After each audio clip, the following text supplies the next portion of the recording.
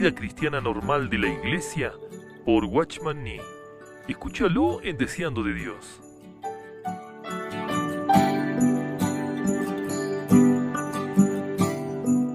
Capítulo 5. La base de unión y división, la formación de iglesias locales. En el capítulo anterior observamos que la palabra iglesia fue mencionada solamente 2 veces en los evangelios, se usa con frecuencia en Hechos, pero en este libro nunca se nos dice de un modo claro cómo se formaba una iglesia. El capítulo 2 del libro de Hechos habla de la salvación de aproximadamente 3.000 hombres y el cuarto capítulo, de otros 5.000, pero nada se dice de cómo estos creyentes llegaban a formar una iglesia. Sin una sola palabra de explicación, el capítulo siguiente se refiere a ellos como la iglesia, y vino gran temor sobre toda la iglesia, 5:11. Aquí las escrituras llaman a los hijos de Dios la iglesia, sin siquiera mencionar cómo llegó a existir la iglesia. En Hechos 8:1, inmediatamente después de la muerte de Esteban, la palabra iglesia se emplea otra vez, y la relación en este caso es más clara que antes. En aquel día hubo una gran persecución contra la iglesia que estaba en Jerusalén. En este pasaje es obvio que los creyentes en Jerusalén son la iglesia en Jerusalén. Así sabemos ya lo que es la iglesia. Se compone de todos los salvos en una localidad dada. Más tarde, en el transcurso del primer viaje misionero de los apóstoles, mucha gente fue salva en distintos lugares por medio de la predicación del Evangelio. No se menciona cómo ellos llegaban a formar iglesias, pero en Hechos 14:23 se dice de Pablo y Bernabé que constituyeron ancianos en cada iglesia. Los grupos de creyentes en estos diferentes lugares son llamados iglesias, sin ninguna explicación de cómo llegaron a ser iglesias. Ellos eran grupos de creyentes, por eso simplemente eran iglesias. Cuando varias personas en algún lugar eran salvas, espontáneamente llegaban a ser la iglesia en ese lugar. Sin introducción ni explicación alguna, la palabra de Dios nos presenta tal grupo de creyentes como una iglesia. El método bíblico de fundar una iglesia es simplemente la predicación del Evangelio, ninguna otra cosa es necesaria ni permitida. Si la gente oye el Evangelio y recibe al Señor como su Salvador, entonces ellos son una iglesia, no hay necesidad de más procedimientos para llegar a ser una iglesia. Si en un lugar alguien cree en el Señor, se da por sentado que Él es un constituyente de la iglesia en ese lugar, no hay ningún otro paso necesario para hacerlo un constituyente. No se requiere de él un ingreso subsecuente. Si él pertenece al Señor, ya pertenece a la iglesia en esa localidad, y puesto que él ya pertenece a la iglesia, este hecho no puede estar sujeto a ninguna condición. Si antes de reconocer a un creyente como miembro de la iglesia insistimos en que se incorpore a nosotros o en que renuncie a su conexión con otro lugar, entonces nuestra iglesia definitivamente no es una de las iglesias de Dios. Si imponemos alguna condición a la afiliación de un creyente en la localidad, adoptamos de inmediato una posición que no es bíblica, porque su calidad de miembro de la iglesia local solo está condicionada a que sea un creyente que reside en esa localidad. Todos los salvos que pertenecen al lugar donde vivimos, pertenecen a la misma iglesia que nosotros. Al decir iglesia, me refiero a una iglesia bíblica, y no a una organización hecha por el hombre. Una iglesia local es una iglesia que incluye a todos los hijos de Dios que vivan en una localidad determinada. Notemos bien que nuestra base para recibir a alguien en la iglesia es el hecho de que el Señor ya lo recibió. Recibid al débil en la fe, porque Dios le ha recibido, Ro. 14:1-3. Por tanto, recibíos los unos a los otros, como también Cristo nos recibió, 15:7. Recibir a alguien es meramente reconocer que el Señor ya lo ha recibido. El hecho de que lo recibamos no lo hace miembro de la iglesia, más bien, lo recibimos debido a que Él ya es un miembro. Si Él pertenece al Señor, está en la iglesia. Si no pertenece al Señor, no está en la iglesia. Si pedimos algo más que su aceptación por parte del Señor antes de admitirlo a la comunión, entonces no somos una iglesia en absoluto, sino solo una secta. Dentro y fuera del círculo. En cualquier lugar donde el Evangelio ha sido proclamado y la gente ha creído en el Señor, ellos son la iglesia en aquel lugar, y son nuestros hermanos. En los días de los apóstoles la cuestión de pertenecer o no pertenecer a una iglesia era sencilla en extremo. Pero las cosas no son tan sencillas en nuestros días, debido a que el asunto se ha complicado por causa de las muchas autodenominadas iglesias que excluyen a aquellos que deberían estar en la iglesia e incluyen a aquellos que deberían estar fuera. ¿Qué clase de persona puede ser considerada correctamente como miembro de la iglesia? ¿Cuál es el requerimiento mínimo en el cual podemos insistir para la admisión a la comunión de la iglesia? A menos que los requisitos para hacerse miembro de la Iglesia estén claramente definidos, siempre habrá el riesgo de excluir de la Iglesia a los que de verdad pertenecen a ella e incluir a los que no. Antes de proceder a descubrir quién realmente pertenece a una iglesia local y quién no, primeramente averigüemos quién pertenece a la Iglesia Universal y quién no, puesto que la condición para hacerse miembro de una iglesia es esencialmente la misma para la iglesia. Cuando sepamos qué clase de personas pertenecen a la iglesia, entonces sabremos también qué clase de personas pertenecen a una iglesia. ¿Cómo podemos saber quién es un cristiano y quién no? Y si alguno no tiene el Espíritu de Cristo, no es de él. Ro. 8:9. De acuerdo con la palabra de Dios, toda persona en cuyo corazón habita Cristo por su Espíritu es un verdadero cristiano. Los cristianos pueden ser distintos unos de otros en mil maneras, pero en este asunto fundamental no hay diferencia entre ellos. Todos y cada uno tienen el Espíritu de Cristo morando dentro de ellos. Si queremos saber quién pertenece al Señor, solo tenemos que determinar si tiene el Espíritu de Cristo o no. Quien quiera que tenga el Espíritu de Cristo, está dentro del círculo de la iglesia, y quien quiera que no tenga el Espíritu de Cristo está fuera del círculo. El que participa del Espíritu de Dios forma parte integral de la iglesia de Dios. Cualquiera que no participe del Espíritu de Dios no tiene parte en la iglesia. En la iglesia universal es así, en la iglesia local también es así. Examinaos a vosotros mismos si estáis en la fe, probaos a vosotros mismos, o no os conocéis a vosotros mismos, que Jesucristo está en vosotros, a menos que estéis reprobados. 2 Cor. 13:5. Hay una línea subjetiva de demarcación entre la iglesia y el mundo. Todos los que están dentro de esa línea son salvos, y todos los que están fuera de ella, están perdidos. Esta línea de demarcación es el Espíritu de Cristo que mora en nosotros. La unidad del Espíritu. La Iglesia de Dios incluye un gran número de creyentes que han vivido en diferentes épocas y que están esparcidos por diferentes lugares por toda la tierra. ¿Cómo es que todos han sido unidos en una sola Iglesia universal?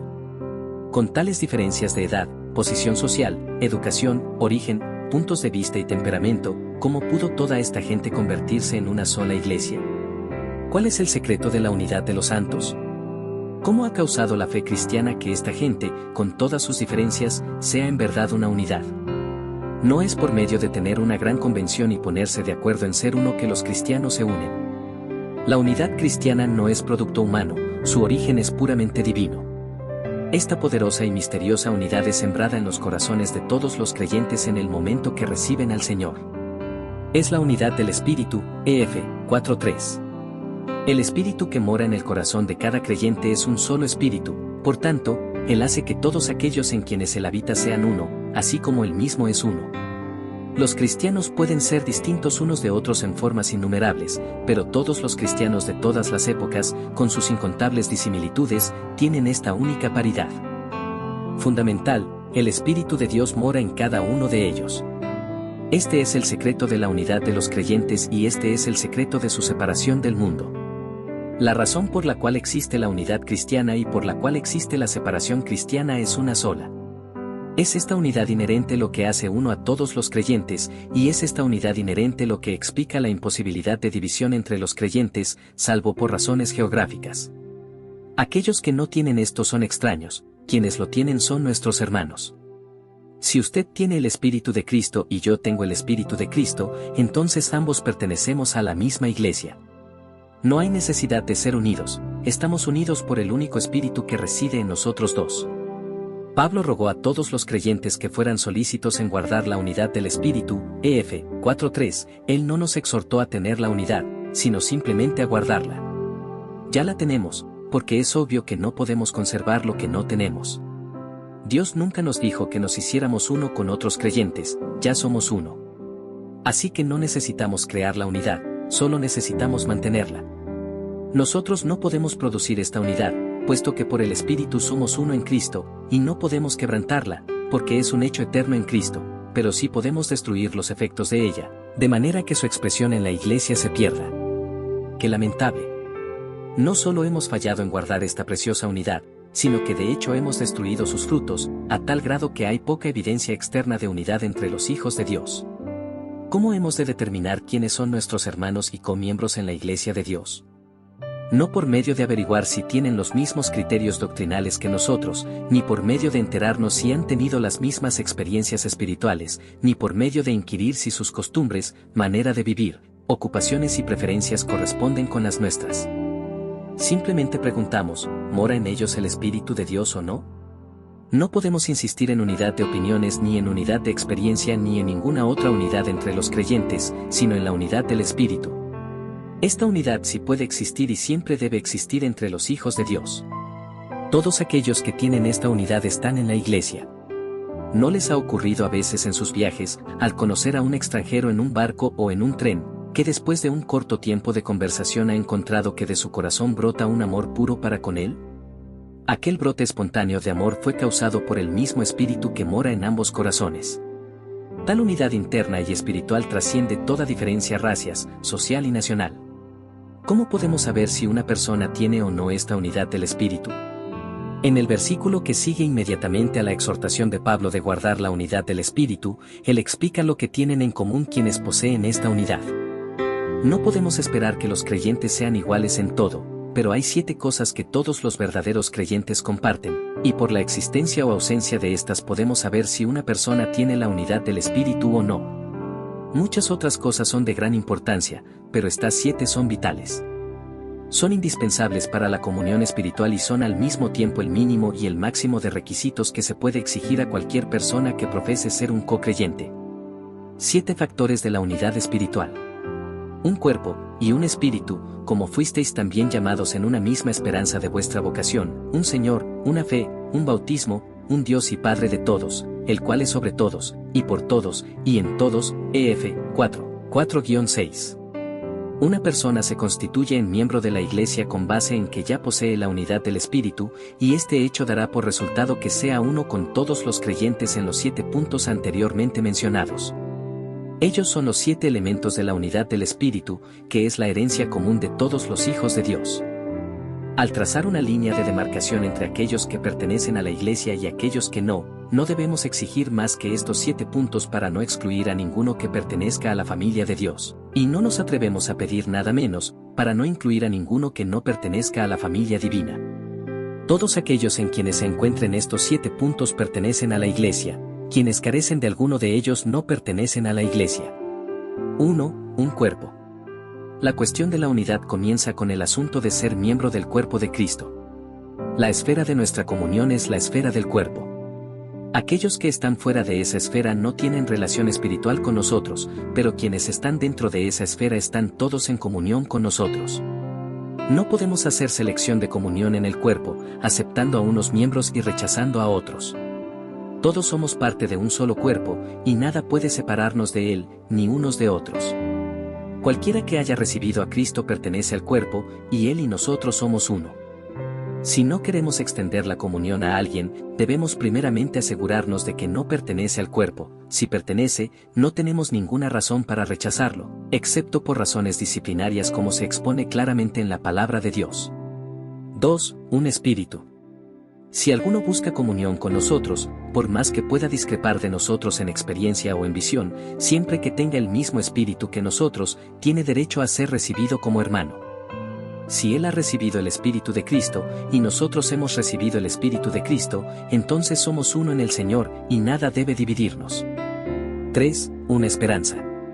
Esta esperanza, que es común a todos los hijos de Dios, no es una esperanza general, sino la esperanza de nuestro llamamiento, es decir, la esperanza de nuestro llamamiento como cristianos. ¿Cuál es nuestra esperanza como cristianos? Esperamos estar con el Señor por siempre en la gloria.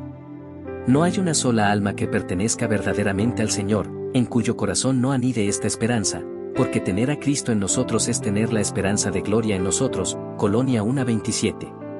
Si alguien afirma ser del Señor, mas no tiene esperanza del cielo ni de gloria, su declaración es simplemente vacía.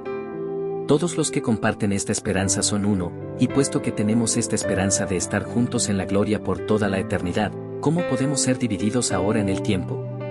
Si hemos de compartir el mismo futuro, ¿no deberíamos acaso compartir con gusto el mismo presente? 4. Un Señor. Hay un solo Señor, el Señor Jesús, y todos los que reconocen que Dios ha hecho a Jesús de Nazaret Señor y Cristo, son uno en Él. Si alguno confiesa que Jesús es el Señor, entonces su Señor es nuestro Señor, y puesto que servimos al mismo Señor, nada en absoluto puede separarnos. 5. Una fe. La fe de la que aquí se habla es la fe, no nuestras creencias en relación con la interpretación de las Escrituras, sino la fe por medio de la cual hemos sido salvos, que es la posesión común de todos los creyentes, es decir, la fe de que Jesús es el Hijo de Dios, quien murió por la salvación de los pecadores y ahora vive para dar vida a los muertos. Todo aquel que carece de esta fe vital no pertenece al Señor, pero los que sí la poseen son del Señor. Los hijos de Dios pueden seguir muchas distintas corrientes de interpretación bíblica, pero en relación a esta fe fundamental ellos son uno. Aquellos quienes carecen de esta fe no tienen parte en la familia de Dios, pero a los que la poseen, los reconocemos como nuestros hermanos en el Señor. 6. Un bautismo. ¿Es por inmersión o por aspersión? ¿Es unitario o triuno? Hay varias formas de bautismo aceptadas por los hijos de Dios, por tanto, si permitimos que la forma del bautismo sea la línea divisoria entre quienes pertenecen a la Iglesia y quienes no, excluiremos de nuestra comunión a muchos verdaderos cristianos. Hay hijos de Dios, que incluso creen que no es necesario un bautismo material, pero puesto que son hijos de Dios, no nos atrevemos por esa causa a excluirlos de nuestra comunión. ¿Cuál, entonces, es el significado del único bautismo mencionado en este pasaje? Pablo esclarece el asunto en su primera carta a los Corintios. ¿Acaso está dividido Cristo? ¿Fue crucificado Pablo por vosotros, o fuisteis bautizados en el nombre de Pablo? 1:13. El énfasis no recae en la forma del bautismo, sino en el nombre en el cual somos bautizados.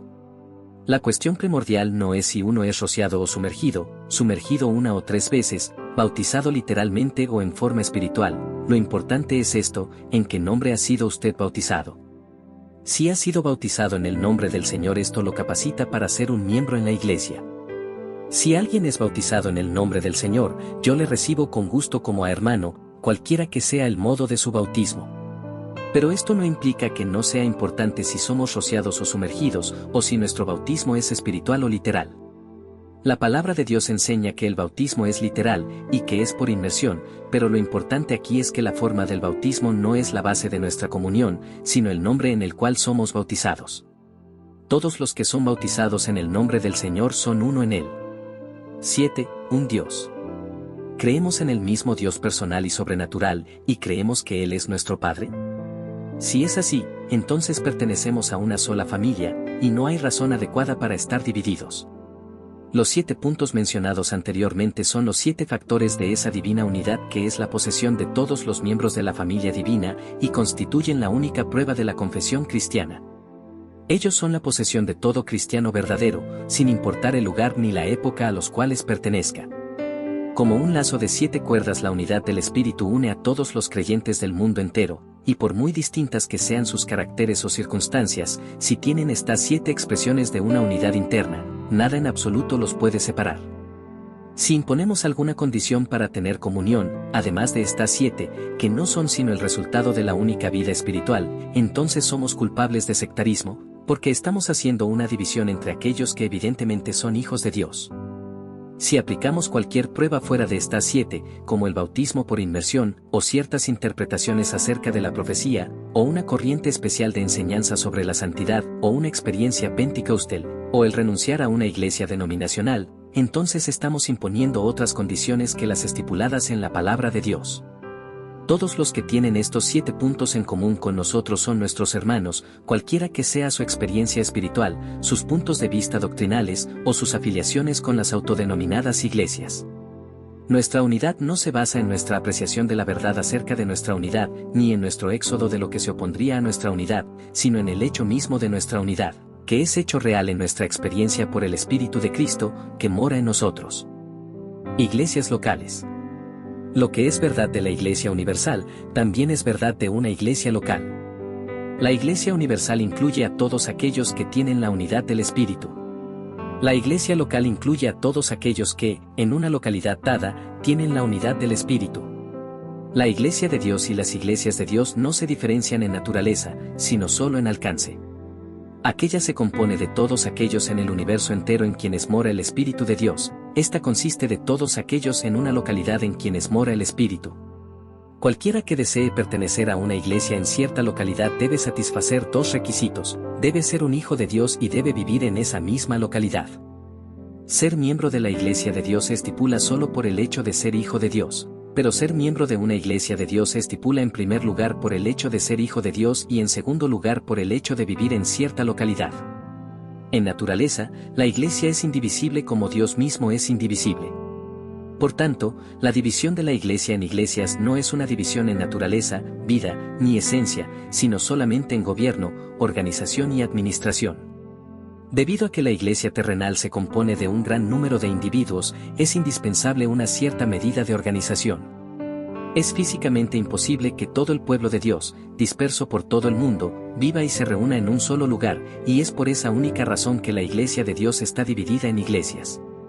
Debemos comprender claramente que la naturaleza de todas las iglesias locales es la misma en todo el mundo. No es el caso que los constituyentes de una iglesia local sean de una clase y los constituyentes de otra iglesia local sean de otra. En su naturaleza no hay diferencia alguna. La única diferencia está en las localidades que determinan sus respectivos límites. La iglesia es indivisible, así que en naturaleza las iglesias también son indivisibles. Solo en la esfera externa existe la posibilidad de dividirlas.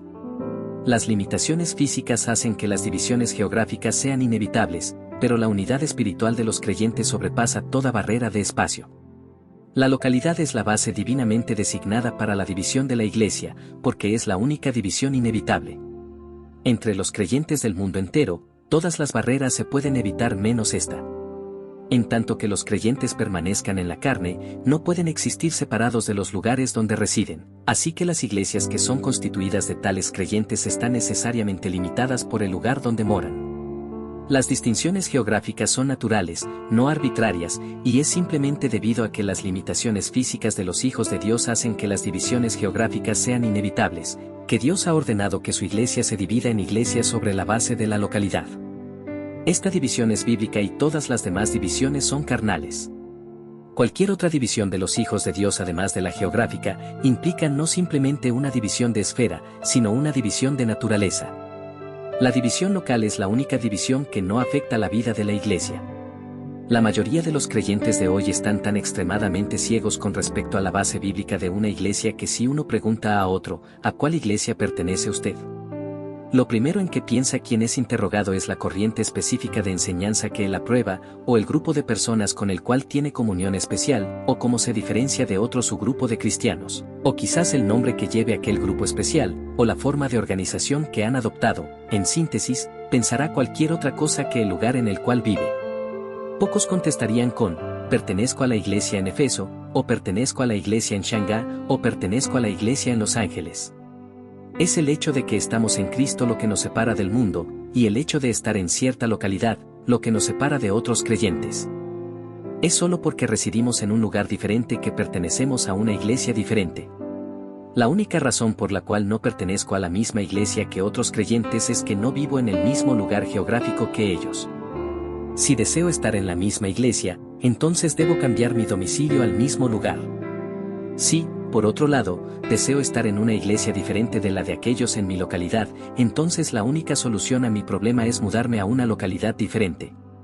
Lo único que justifica la división entre creyentes es la diferencia de localidad. 7 bases de división prohibidas. Por el lado positivo, acabamos de ver la base ordenada por Dios conforme a la cual su iglesia se divide. Ahora por el lado negativo, veremos sobre qué base la iglesia no debe dividirse. 1. Líderes espirituales. Quiero decir, que cada uno de vosotros dice, yo soy de Pablo, y yo de Apollos, y yo de Cefas, y yo de Cristo. 1 Cor.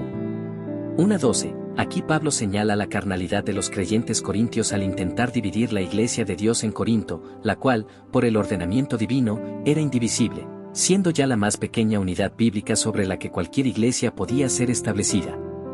Ellos procuraron dividir la iglesia sobre la base de unos pocos líderes que habían sido usados en medio de ellos especialmente por Dios. Cefas era un celoso ministro del Evangelio, Pablo era un hombre que había sufrido mucho por amor de su Señor, y Apollos era uno a quien Dios ciertamente usaba en su servicio. Pero aunque los tres habían sido indiscutiblemente reconocidos por Dios en Corinto, Dios no podía permitir nunca que la iglesia allí los hiciera base de división. Él ordenó que su iglesia fuese dividida sobre la base de localidades, no de personas. Era correcto tener una iglesia en Corinto y una iglesia en Efeso, y era legítimo tener diversas iglesias en Galacia y varias en Macedonia, puesto que la diferencia de localidad justificaba la división en estas varias iglesias. Y también era bueno que los creyentes estimaran a aquellos líderes que Dios había usado entre ellos, pero hubiera sido totalmente erróneo dividir las iglesias según los líderes respectivos de los cuales habían recibido ayuda. Pablo, Cefas y Epoulos eran siervos fieles de Dios que no dejaban que ningún espíritu partidista los separara, eran sus seguidores los culpables de la separación. El culto a los héroes es una tendencia de la naturaleza humana que se deleita en mostrar preferencia por aquellos que atraen sus gustos. A causa de que muchos de los hijos de Dios saben poco o nada del poder de la cruz para contender con la carne, esta tendencia de rendir culto a un hombre se ha expresado frecuentemente en la iglesia de Dios, y ha causado en consecuencia muchos estragos. Está en conformidad con la voluntad de Dios que aprendamos de los hombres espirituales y que saquemos provecho de su dirección, pero es del todo contrario a su voluntad que dividamos la iglesia según los hombres que admiramos. La única base bíblica para la formación de una iglesia es la diferencia de localidad, no la diferencia de líderes. 2. Instrumentos de salvación. Los líderes espirituales no son razón adecuada para dividir la iglesia, y tampoco lo son los instrumentos usados por Dios en nuestra salvación. Algunos de los creyentes corintios se proclamaron ser de Cefas, otros de Pablo y otros de Epoulos. Ellos atribuían que el principio de su historia espiritual se remontaba a estos hombres, y por esto pensaban ellos que pertenecían a tales hombres. Es natural y común que las personas que han sido salvas por medio de un obrero o de una sociedad consideren que pertenecen a tal obrero o sociedad. Es asimismo natural y común que un individuo o una misión por cuyos medios la gente ha sido salva, considere que los que han sido salvos le pertenecen. Es natural, pero no espiritual. Es común, pero aún así, contrario a la voluntad de Dios. ¡Qué lástima! Muchos siervos de Dios todavía no se han dado cuenta de que son siervos de la iglesia local, y no amos de una iglesia privada. Las iglesias se dividen sobre la base geográfica, no sobre la base de los instrumentos de nuestra salvación. 3. Antisectarismo. Algunos cristianos piensan que son lo suficientemente perspicaces como para decir, yo soy de Cefas, yo soy de Pablo, o yo soy de Epoulos. Ellos dicen, yo soy de Cristo. Tales cristianos menosprecian a los otros como sectarios, y sobre esa base comienzan otra comunidad. Su actitud es, usted es sectario, yo soy antisectario. Ustedes rinden culto a los héroes, nosotros adoramos solo al Señor. Pero la palabra de Dios no condena solamente a quienes dicen, yo soy de Cefas, yo soy de Pablo, o yo soy de Epoulos. Igualmente, con la misma determinación y claridad, denuncia a quienes dicen, yo soy de Cristo. No es un error considerar que uno pertenece solamente a Cristo. Es correcto y aún esencial. Ni está errado repudiar todo cisma entre los hijos de Dios, es muy recomendable.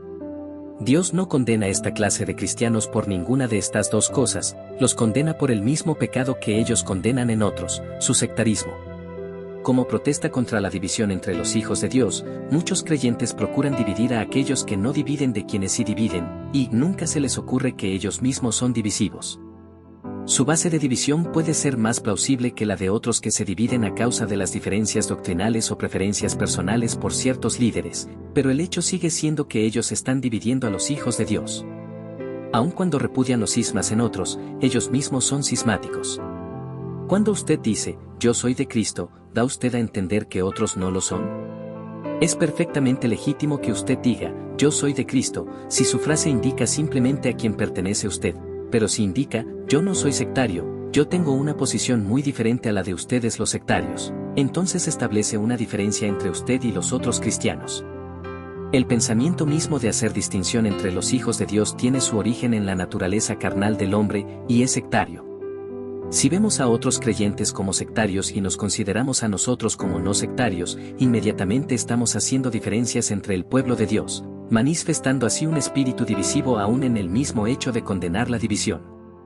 No importa el medio por el cual hacemos distinción entre los miembros de la familia de Dios, aun si es con el pretexto de Cristo mismo, somos culpables de cisma en el cuerpo. Entonces, ¿qué es lo correcto? Toda exclusividad es un error. Toda inclusividad, de los verdaderos hijos de Dios, es correcta. Las denominaciones no son bíblicas y no debemos tomar parte en ellas, pero si adoptamos una actitud de crítica y pensamos, ellos son denominacionalistas, yo no soy denominacionalista, ellos pertenecen a sectas, yo pertenezco solo a Cristo, tal diferenciación es definitivamente sectaria. Sí, alabo a Dios porque soy de Cristo, pero mi comunión no es simplemente con aquellos que dicen, yo soy de Cristo, sino con todos los que de hecho son de Cristo. Lo que es de suma importancia no es la confesión, sino el hecho. Aunque dicen los otros creyentes que son de Pablo, de Cefas y de Apollos, aún así el hecho es que son de Cristo. No me preocupa mucho lo que ellos dicen, pero sí me importa mucho lo que ellos son. Yo no pregunto si son denominacionalistas o no, sectarios o no. Yo solo pregunto, ¿son ellos de Cristo? Si son de Cristo, entonces son mis hermanos. Nuestra posición personal debería ser no denominacionalista, pero la base de nuestra comunión no es el no denominacionalismo. Nosotros mismos deberíamos ser no sectarios, pero no nos atrevemos a insistir en el no sectarismo como una condición de comunión. Nuestra única base de comunión es Cristo. Nuestra comunión debe ser con todos los creyentes de la localidad, no meramente con todos los creyentes no sectarios en esa localidad. Ellos pueden hacer diferencias denominacionales, pero nosotros no debemos imponer requisitos no denominacionales. No nos atrevemos a diferenciarnos de ellos por el simple hecho de que hagan diferencia entre ellos y los demás. Ellos son hijos de Dios, y no dejan de serlo solo por el hecho de diferenciar entre ellos mismos y otros hijos de Dios. Su denominacionalismo o sectarismo resultará en limitaciones severas impuestas al Señor en cuanto a su propósito e intención para con ellos, y esto significará que nunca irán más allá de cierta medida de crecimiento y plenitud espirituales. Es posible que haya bendición, pero plenitud del propósito divino, nunca. Todos los creyentes que viven en la misma localidad pertenecen a la misma iglesia. Este es un principio inmutable. No nos atrevemos a alterar la frase, todos los creyentes en una localidad, por todos los creyentes no denominacionales en una localidad. Si hacemos que el no denominacionalismo o el no sectarismo sea el límite de nuestra iglesia en vez de la localidad, entonces perdemos nuestra posición como la iglesia en cierta localidad y nos convertimos en una secta. No queremos una iglesia denominacional, y tampoco queremos una iglesia interdenominacional, ni siquiera una iglesia no denominacional, sino simplemente una iglesia local. La diferencia entre una iglesia local y una iglesia no denominacional es tan grande como la diferencia entre los cielos y la tierra. Una iglesia local es no denominacional, sin embargo, una iglesia no denominacional es denominacional. La iglesia en Corinto es bíblica, pero la iglesia de aquellos que dicen, yo soy de Cristo en Corinto no es bíblica. Nuestra obra es positiva y constructiva, no negativa ni destructiva. Queremos establecer iglesias, no destruir las denominaciones. La naturaleza humana tiende a irse a los extremos, es muy fácil que nosotros mismos seamos no denominacionalistas y que lo demandemos de parte de otros, o en el otro extremo, que toleremos el denominacionalismo en otros, y poco a poco lleguemos a ser denominacionalistas. Nosotros debemos ser no denominacionalistas, pero no debemos exigir el no denominacionalismo en otros cristianos como base para nuestra comunión. Por tanto, si llegamos a un lugar donde no se conoce a Cristo, debemos predicar el Evangelio, ganar almas para el Señor y fundar una iglesia local. Si llegamos a un lugar donde ya hay cristianos, pero esos creyentes se separan a sí mismos en iglesias denominacionales, basados en diferentes factores, nuestra tarea es la misma que en el otro lugar. Debemos predicar el Evangelio, conducir los hombres al Señor y hacer de ellos una iglesia sobre la base bíblica de localidad. Durante todo este proceso, debemos mantener una actitud de inclusividad, no de exclusividad, hacia los creyentes que están en las diferentes sectas, porque ellos, como nosotros, son hijos de Dios, y viven en la misma localidad, por tanto, pertenecen a la misma iglesia que nosotros. En cuanto a nosotros, no podemos unirnos a ninguna secta ni permanecer en alguna, porque nuestro vínculo con la iglesia solo puede ser sobre el principio de localidad, pero en cuanto a otros, no debemos hacer que el salirse de una secta sea la condición de comunión con aquellos creyentes que están en una. Esto hará que la base de nuestra iglesia sea el no denominacionalismo en vez de la localidad. Entendamos claramente este punto, una iglesia no denominacional no es una iglesia local. Hay una gran diferencia entre las dos. Una iglesia local es no denominacional, es positiva y es inclusiva, en cambio, una iglesia no denominacional no es una iglesia local, es negativa y es exclusiva. Entendamos claramente nuestra posición. No estamos tratando de establecer iglesias no denominacionales sino iglesias locales. Procuramos hacer un trabajo positivo. Si los creyentes pueden ser llevados a comprender lo que es una iglesia local, la expresión del cuerpo de Cristo en una localidad, ciertamente no permanecerán en ninguna secta. Por otra parte, es posible que vean todos los perjuicios del sectarismo y lo abandonen, sin saber aún lo que es una iglesia local. A aquellos entre quienes Dios se ha placido en usarnos debemos ayudarles a entender claramente la verdad con referencia a las iglesias locales y a no hacer hincapié en el asunto de las denominaciones. Ellos deben darse cuenta de que siempre que usen el término nosotros con relación a los hijos de Dios, deben incluir a todos los hijos de Dios, no simplemente a aquellos que se reúnen con ellos. Si cuando decimos nuestros hermanos no incluimos a todos los hijos de Dios, sino solo a los que se reúnen continuamente con nosotros, entonces somos cismáticos. No justifico el sectarismo y no creo que debamos pertenecer a ninguna secta, pero no nos corresponde a nosotros hacer que la gente salga de las sectas. Si llevar la gente a un conocimiento real del Señor y del poder de su cruz llega a ser nuestro principal objetivo, entonces ellos se entregarán alegremente a Él y aprenderán a andar en el Espíritu, repudiando las cosas de la carne. Encontraremos que no habrá necesidad de dar énfasis a la cuestión de las denominaciones, porque el Espíritu mismo los alumbrará. Si un creyente no ha aprendido el camino de la cruz ni a andar en el Espíritu, ¿qué provecho habría en que saliera de una secta? 4. Diferencias doctrinales. En el griego la palabra traducida herejías en Gálatas 5:20 no necesariamente conlleva la idea de error, sino de división con base en la doctrina. El Nuevo Testamento interlineal lo traduce como sectas, mientras Darby en su nueva traducción en inglés lo pone como escuelas de opinión. El pensamiento completo aquí no se relaciona con la diferencia entre la verdad y el error, sino con la división basada en la doctrina. Mis enseñanzas pueden ser correctas o estar equivocadas, pero si las hago causa de división, entonces soy culpable de la herejía aquí mencionada. Dios prohíbe cualquier división basada en asuntos doctrinales.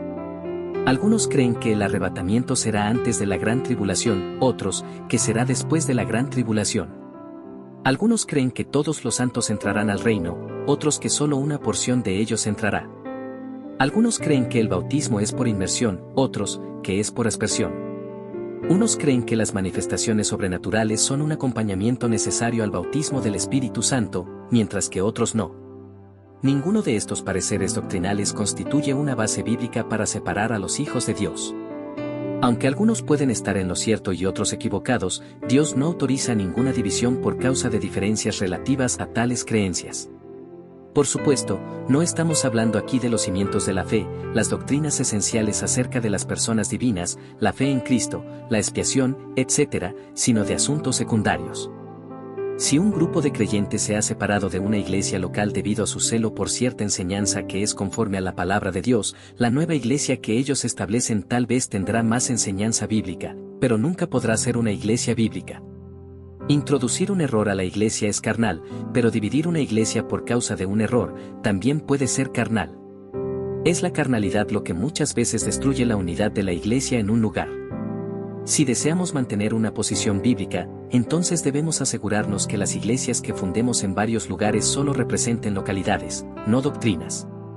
Si nuestra iglesia no está separada de otros hijos de Dios únicamente sobre el terreno de localidad, sino que es partidaria de la propagación de cierta doctrina en particular, entonces indudablemente somos una secta, no importa cuán verdadera sea nuestra enseñanza de la palabra de Dios. El propósito de Dios es que una iglesia debe representar a los hijos de Dios que viven en una localidad, y no alguna verdad específica allí. Una iglesia de Dios en algún sitio abarca a todos los hijos de Dios que están en ese lugar, no únicamente a quienes tienen los mismos pareceres doctrinales. Si llegamos a un lugar donde una iglesia ya ha sido establecida claramente sobre la base de localidad y descubrimos que sus miembros mantienen opiniones que no consideramos bíblicas, o si consideran ellos que nuestras opiniones no son bíblicas, si rechazamos reconocerlos como la iglesia de Dios en aquella localidad y nos abstenemos de tener comunión con ellos, nosotros somos divisivos.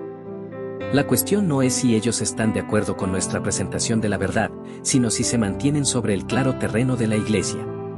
Si determinamos en nuestros corazones preservar el carácter local de las iglesias de Dios, no podemos dejar de encontrar problemas en nuestra obra. A menos que la cruz opere poderosamente, cuán incontables posibilidades de fricción habrá si incluimos en una iglesia a todos los creyentes en la localidad con todos sus pareceres variados. ¿Cómo le gustaría a la carne incluir solamente a quienes tienen las mismas opiniones que nosotros y excluir a todos aquellos cuyas opiniones difieren de las nuestras? Tener constante e íntima asociación con la gente cuya interpretación de las Escrituras no se ajuste con la nuestra, es difícil para la carne, pero bueno para el espíritu. Dios no usa la división para resolver el problema, Él usa la cruz. Él desea que nos sometamos a la cruz, para que, por medio de las mismas dificultades de la situación, la mansedumbre, la paciencia y el amor de Cristo puedan ser profundamente forjados en nuestras vidas. Bajo las circunstancias, si no conocemos la cruz, probablemente discutiremos, perderemos nuestra paciencia, y finalmente tomaremos nuestro propio camino. Podemos tener puntos de vista correctos, pero Dios nos está dando la oportunidad de mostrar una actitud correcta. Podemos creer acertadamente, pero Dios nos está probando para ver si amamos acertadamente. Es fácil tener una mente con mucha enseñanza bíblica almacenada y al mismo tiempo poseer un corazón desprovisto de amor verdadero. Aquellos que no están de acuerdo con nosotros serán un medio en la mano de Dios para probar si tenemos experiencia espiritual o solo conocimiento bíblico, para probar si las verdades que proclamamos son cuestión de vida en nosotros o mera teoría. Romanos 14 nos enseña cómo tratar con quienes tienen opiniones distintas a las nuestras. ¿Qué haríamos si en nuestra iglesia hubiera vegetarianos y sabatistas? Indudablemente, consideraríamos casi intolerable que en la misma iglesia algunos de los creyentes guardaran el día del Señor y otros el sábado, y que unos comieran carne libremente, mientras que otros fueran vegetarianos estrictos.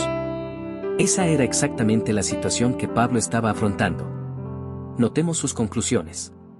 Recibid al débil en la fe, pero no para contender sobre opiniones. V1. ¿Tú quién eres, que juzgas al criado ajeno? Para su propio Señor está en pie, o cae, pero estará firme, porque poderoso es el Señor para hacerle estar firme. V4. Así que, ya no nos juzguemos más los unos a los otros, sino más bien decidid no poner tropiezo u ocasión de caer al hermano. V13. O que haya tolerancia cristiana. Que haya grandeza de corazón. Que lastima. Muchos de los hijos de Dios son tan celosos de sus queridas doctrinas que inmediatamente clasifican como herejes y tratan como tales a todos aquellos cuya interpretación de las Escrituras difiere de la de ellos.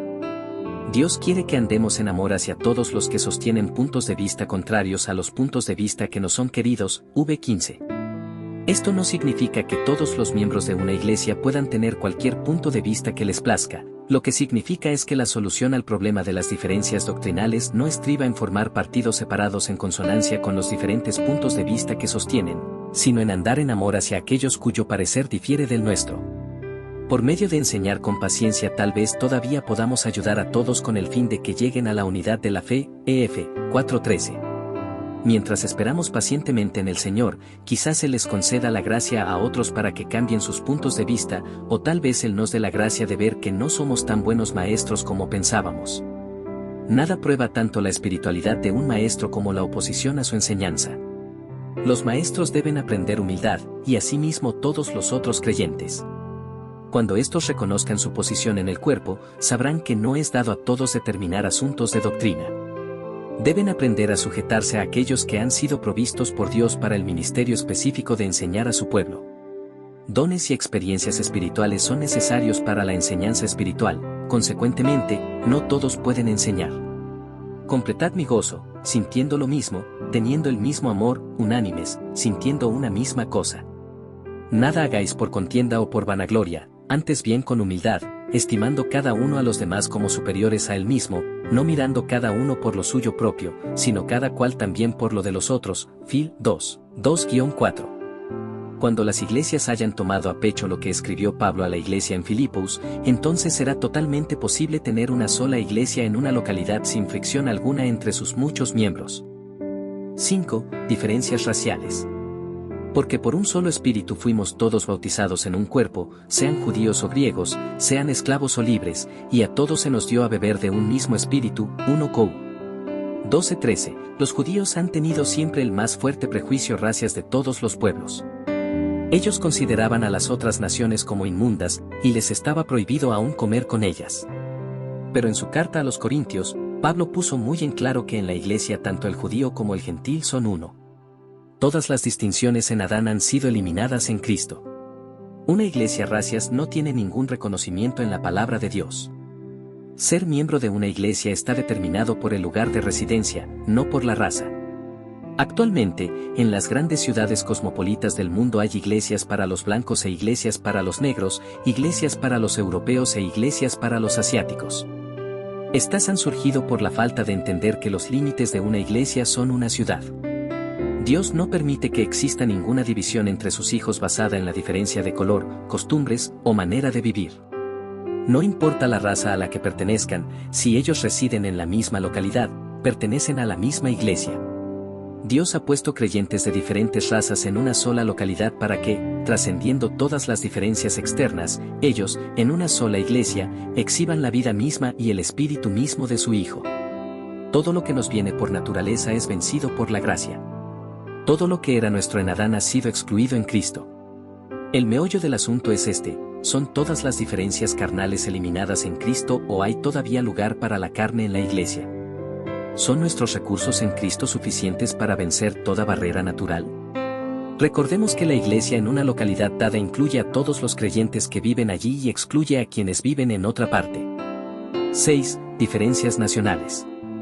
Los judíos y los gentiles representan tanto distinciones nacionales como raciales, pero en la iglesia de Dios no hay judío ni griego. En ella no hay distinción racias, ni tampoco distinción nacional. Todos los creyentes que viven en un solo lugar, no importa cuál sea su nacionalidad, pertenecen a la única iglesia. En el campo natural hay una diferencia entre chinos, franceses, ingleses y estadounidenses, pero en el campo espiritual no la hay. Si un creyente chino vive en Nanking, pertenece a la iglesia en Nanking. Si un creyente francés vive en Nanking, él también pertenece a la iglesia en Nanking. Lo mismo es válido para los británicos, los estadounidenses, y todas las otras nacionalidades, siempre que hayan nacido de nuevo. La palabra de Dios reconoce la iglesia en Roma, la iglesia en Efeso, y la iglesia en Tesalónica, pero no reconoce la iglesia judía ni la iglesia china ni la iglesia anglicana. La razón por la cual los nombres de las ciudades aparecen en las Escrituras en conexión con las iglesias de Dios es que la diferencia del lugar del domicilio es la única diferencia reconocida por Dios entre sus hijos. Su vida es una esencialmente, y por eso, indivisible, pero el lugar en el cual esa vida se vive, ineludiblemente variará en tanto que moren en la carne. Dado que todas las iglesias son locales, si un creyente, cualquiera que sea su nacionalidad, se muda de un lugar a otro, inmediatamente viene a ser miembro de la iglesia en ese lugar y no tiene lazos con la iglesia de su lugar de residencia anterior. Uno no puede vivir en un lugar y ser miembro de una iglesia en otro lugar. No hay extraterritorialidad en cuanto a las iglesias de Dios. Tan pronto se excede el límite de la ciudad, se excede el límite de la iglesia. Si un hermano chino se muda de Nanking a Angkou, viene a ser miembro de la iglesia en Angkou. De igual manera, un hermano británico que venga de Londres a Angkou, inmediatamente es miembro de la iglesia en Angkou. Un cambio de residencia necesariamente implica un cambio de iglesia, mientras que el origen nacional no tiene importancia en cuanto a ser miembro de la iglesia. Nuestros colaboradores que se han ido de China a las islas del Mar Meridional deben tener cuidado de no formar allá una iglesia china de ultramar. Es posible tener una cámara de comercio china de ultramar, o un colegio chino de ultramar, o un club chino de ultramar. Todo lo que usted quiera puede ser chino de ultramar, pero no una iglesia. Una iglesia es siempre local.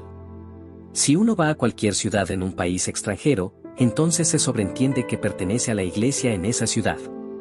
Las iglesias de Dios no tienen nada de chino. Cuán glorioso sería si los salvos en cada ciudad pasaran por alto toda diferencia natural y solo consideraran su unidad espiritual. Somos los que creen en Cristo en tal o cual lugar es la confesión más excelente que podría decir un grupo de cristianos. El hecho de que Cristo esté en usted o no, determina si usted pertenece a la iglesia, el lugar donde usted vive determina a cuál iglesia específica pertenece. La pregunta propuesta por Dios al mundo es, ¿pertenecen a Cristo? La pregunta propuesta por Dios a los creyentes es, ¿dónde viven? La cuestión formulada no es nacionalidad sino localidad. Las iglesias de Dios se edifican sobre el principio fundamental de la ciudad, no sobre un fundamento nacional. El concepto común de una iglesia autóctona, mientras que en algunos aspectos es muy correcto, está fundamentalmente equivocado en el punto más esencial. Puesto que el método divino de dividir la iglesia es conforme a la localidad, no a la nacionalidad, entonces toda diferenciación entre países cristianos y paganos va en contra del pensamiento de Dios. La iglesia de Dios no conoce judío ni griego, así que no conoce nativo ni extranjero, países paganos ni países cristianos. Las Escrituras hacen diferencia entre ciudades, no entre países cristianos y paganos. Si hemos de estar en completo acuerdo con la mente de Dios, no deberíamos hacer diferencia alguna entre la iglesia china y la extranjera, entre los obreros chinos y los extranjeros, o entre los fondos chinos y los extranjeros. La idea de la iglesia autóctona es que los nativos de un país debían gobernarse a sí mismos, sostenerse a sí mismos y propagarse por sí mismos, mientras que la intención de Dios es que los creyentes en una ciudad, sean naturales o extranjeros, deberían gobernarse a sí mismos, sostenerse a sí mismos y propagarse por sí mismos. Tome, por ejemplo, a Pekín. La teoría de la iglesia autóctona hace distinción entre chinos y extranjeros en Pekín, mientras que la palabra de Dios hace distinción entre los creyentes que están en Pekín, sean chinos o extranjeros, y los creyentes en otras ciudades. Es por eso que en la Escritura leemos de las iglesias de los gentiles, pero nunca de la iglesia de los gentiles. El intento de formar de todos los creyentes chinos una sola iglesia muestra una falta de entendimiento con relación a la base divina sobre la cual se forman las iglesias. Por un lado, en las Escrituras no existe una iglesia de los gentiles, por otro, leemos de la iglesia de los tesalonicenses. Es significativo que esta es la única expresión en su género en el Nuevo Testamento. La palabra no habla de la iglesia de los griegos, una raza o nación, sino de la iglesia de los tesalonicenses, una ciudad. No hay tal cosa en el pensamiento de Dios que se llame la iglesia de los chinos, pero sí la iglesia de los pequineses. Las Escrituras no reconocen en absoluto a la iglesia de los franceses, pero sí reconoce a la iglesia de los parisienses. Un entendimiento claro con respecto a la base divina de la formación de la iglesia, de acuerdo con la diferencia de ciudades y no de países, nos salvará de la idea errónea acerca de la iglesia autóctona. En ninguna localidad debe haber distinción alguna entre cristianos chinos y extranjeros, entre obreros chinos y extranjeros o entre dinero chino y extranjero. 7. Distinciones sociales. En los días de Pablo, desde un punto de vista social, mediaba un gran abismo entre un hombre libre y un esclavo, sin embargo, ellos adoraban hombro con hombro en la misma iglesia. En nuestros días, si un peón de rickshaw y el presidente de nuestra república pertenecen ambos a Cristo y viven en el mismo lugar, entonces pertenecen a la misma iglesia. Puede haber una misión para peones de rickshaw 1, un carrito de 2 ruedas alado por un hombre, pero no puede haber jamás una iglesia para peones de rickshaw. Las distinciones sociales no son base adecuada para formar una iglesia separada. En la iglesia de Dios no hay siervo ni libre. En las Escrituras se mencionan por lo menos 7 cosas definidas que Dios ha prohibido usar como razones para dividir su iglesia. De hecho, estos 7 puntos son solamente típicos de todas las otras razones que la mente humana puede concebir para dividir a la iglesia de Dios. Los 2 milenios de la historia de la iglesia son un triste relato de las invenciones humanas que tenían como fin destruir la unidad de la iglesia. Vencedores. La esfera de la iglesia es local, y la iglesia local bajo ningún pretexto debe dividirse. Naturalmente surge la pregunta, si la vida espiritual de una iglesia local, no denominacional, es muy baja, ¿no pueden acaso algunos de los miembros más espirituales reunirse y formar otra asamblea? La respuesta de la palabra de Dios es enfáticamente, no. La palabra de Dios solo autoriza el establecimiento de iglesias sobre la base de localidad. Ni siquiera la falta de espiritualidad es razón adecuada para dividir la iglesia. Si los métodos locales, el gobierno y la organización están lejos de lo ideal, ni siquiera eso constituye razón para la división. Ni aun la enseñanza equivocada, con excepción de 2 Juan 9, es una base sobre la cual los que tienen más conocimiento puedan formar una iglesia separada. Debemos tomar a pecho que la diferencia de localidad es la única base válida para dividir la iglesia de Dios. Ninguna otra base es bíblica. Los que vivimos en la misma localidad no tenemos otra opción que pertenecer a la misma iglesia. Esto es algo de lo cual no se puede escapar. Si estoy inconforme con la iglesia local, la única cosa que puedo hacer es cambiar de localidad, entonces, automáticamente, cambio de iglesia. Podemos salir de una denominación, pero nunca podemos salir de una iglesia. Salir de una secta es justificable, pero salir de una iglesia, aunque sea por falta de espiritualidad, doctrina errónea, o mala organización, no es justificable en lo absoluto. Si usted sale de la iglesia local y forma una asamblea separada, puede ser que tenga mayor espiritualidad, enseñanza más pura, y mejor gobierno, pero no tiene usted la iglesia, solo tiene una secta. En el 2 y 3 capítulos de Apocalipsis, vemos 7 distintas iglesias en 7 localidades diferentes. Solo 2 no fueron amonestadas sino, más bien, alabadas por el Señor. Las otras 5 fueron definitivamente censuradas. Espiritualmente, esas 5 iglesias estaban en un estado lamentable. Eran iglesias débiles y derrotadas, pero a pesar de todo eso, eran iglesias, no sectas. Espiritualmente estaban equivocadas, pero posicionalmente estaban correctas, por tanto, Dios solo les mandó a los que estaban allí que fueran vencedores. El Señor no dijo una sola palabra acerca de dejar la iglesia. Una iglesia local es una iglesia que no se puede dejar, hay que permanecer en ella. Si usted es más espiritual que los otros miembros, entonces debe usar su influencia espiritual y su autoridad en la oración para reavivar esa iglesia. Si la iglesia no responde, usted tiene solo 2 alternativas: permanecer allí guardándose sin mancha, o cambiar su domicilio. Pero esto no se aplica a una secta. Es inútil procurar, por medio de una aplicación equivocada de estos 2 capítulos, mantener en una secta a los creyentes enseñados por el Espíritu, porque las 7 iglesias mencionadas son iglesias locales, no iglesias sectarias. Por muy débiles que estuvieran, aún se mantenían sobre la base bíblica del cuerpo en la localidad. La palabra de Dios nunca ha autorizado a nadie a salir de una iglesia. Todos los grupos de creyentes que toman como base para su comunión otro fundamento que el de la localidad son sectas, aun cuando se llamen a sí mismos iglesias. Está bien salir de una secta, pero jamás es correcto salir de una iglesia local. Si usted sale de una iglesia local, lo hace sin la autoridad del Señor, y se hace culpable del pecado de un cisma en el cuerpo. Qué tragedia es cuando unos pocos miembros espirituales dejan una iglesia local y forman otra asamblea solo porque los otros miembros son débiles e inmaduros. Esos miembros más fuertes deben permanecer en esa iglesia como vencedores, procurando ayudar a sus hermanos y hermanas más débiles y reclamando la situación allí para el Señor. Oh, qué tendencia tenemos a menospreciar a los creyentes que consideramos inferiores a nosotros, y cómo nos gozamos en asociarnos con aquellos cuya comunión congenia especialmente con nosotros. El orgullo del corazón y un goce egoísta en cosas espirituales nos hacen pasar por alto el hecho de que una iglesia en un lugar dado debe consistir de todos los hijos de Dios en ese lugar. Debido a esto reducimos la comunión cristiana y hacemos elección entre los hijos de Dios.